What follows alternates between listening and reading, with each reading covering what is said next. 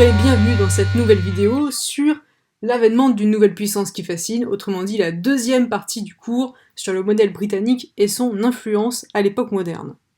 Alors, à la fin du XVIIe siècle, la Grande-Bretagne est déjà une des premières puissances mondiales. Elle acquiert ce statut progressivement au cours de l'époque moderne.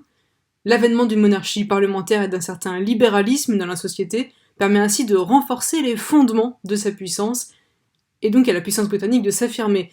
Dans cette partie, on va donc voir quels sont les fondements de la puissance anglaise. Déjà, breaking news, c'est ce qu'on a vu dans le Grand 1, l'avènement de la monarchie parlementaire anglaise bouleverse en profondeur la vie politique.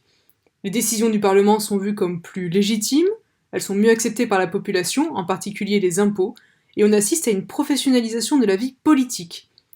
En 1701, les règles de succession sont clarifiées et des limites sont imposées au roi. Il doit être anglican et ne peut quitter le royaume sans l'accord du Parlement.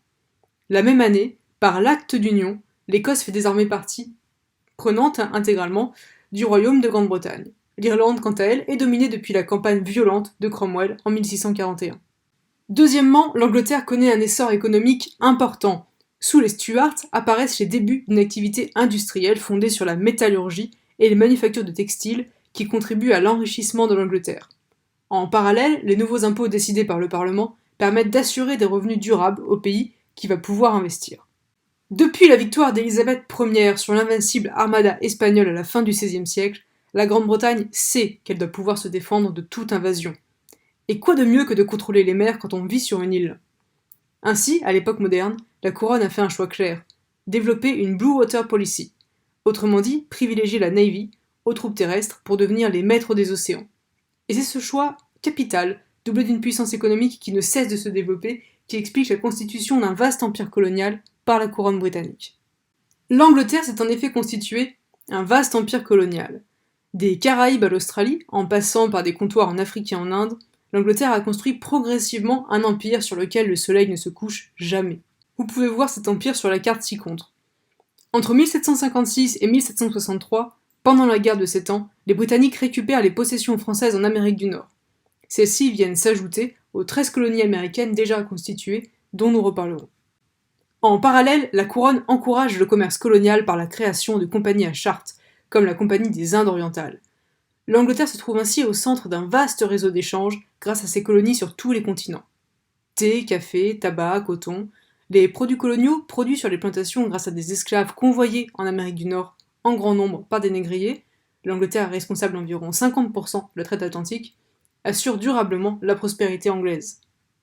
Et donc cette réussite va avoir un attrait particulier sur les Lumières et sur les grands intellectuels européens de l'époque.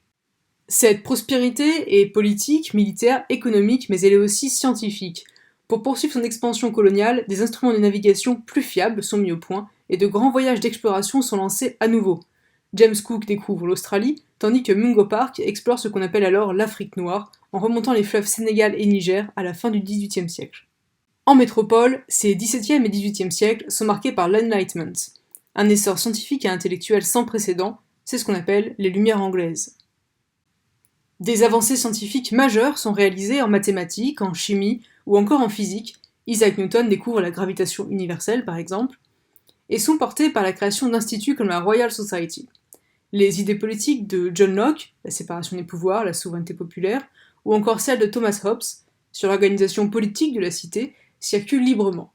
On ouvre des écoles de droit pour former les futurs administrateurs du royaume, et les universités de Londres, Cambridge et Oxford font le plein. Cette nation protestante et commerçante, cette puissance européenne et coloniale, qui s'appuie sur le parlementarisme et le libéralisme, fascine et interroge le reste de l'Europe. Les idées libérales circulent, et elles circulent vite.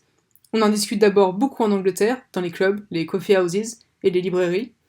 Les principaux ouvrages sont traduits et circulent sur le continent, contribuant au développement d'une anglomanie, autrement dit d'une fascination totale pour l'Angleterre, sa culture et tout ce qui s'y passe.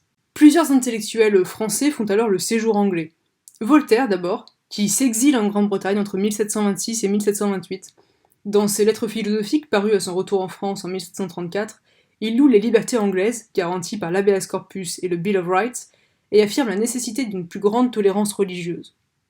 Montesquieu, ensuite, qui reprend dans son ouvrage De l'esprit des lois, paru en 1748, les idées de John Locke sur l'impérieuse nécessité de séparer les pouvoirs pour lutter contre la tyrannie.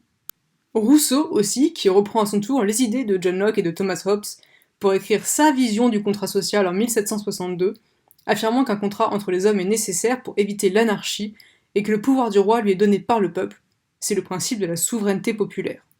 Diderot, enfin, s'inspire du projet encyclopédique de Ephraim Chambers pour lancer en 1751, avec d'Alembert, son encyclopédie. Néanmoins, si ces libertés anglaises fascinent et inspirent bien des intellectuels de l'époque, il ne faut pas s'y tromper. Seule l'élite, et plutôt l'élite masculine, participe à l'Enlightenment. Merci beaucoup d'avoir regardé cette capsule, pensez bien à faire votre petit questionnaire associé, et à très bientôt en classe.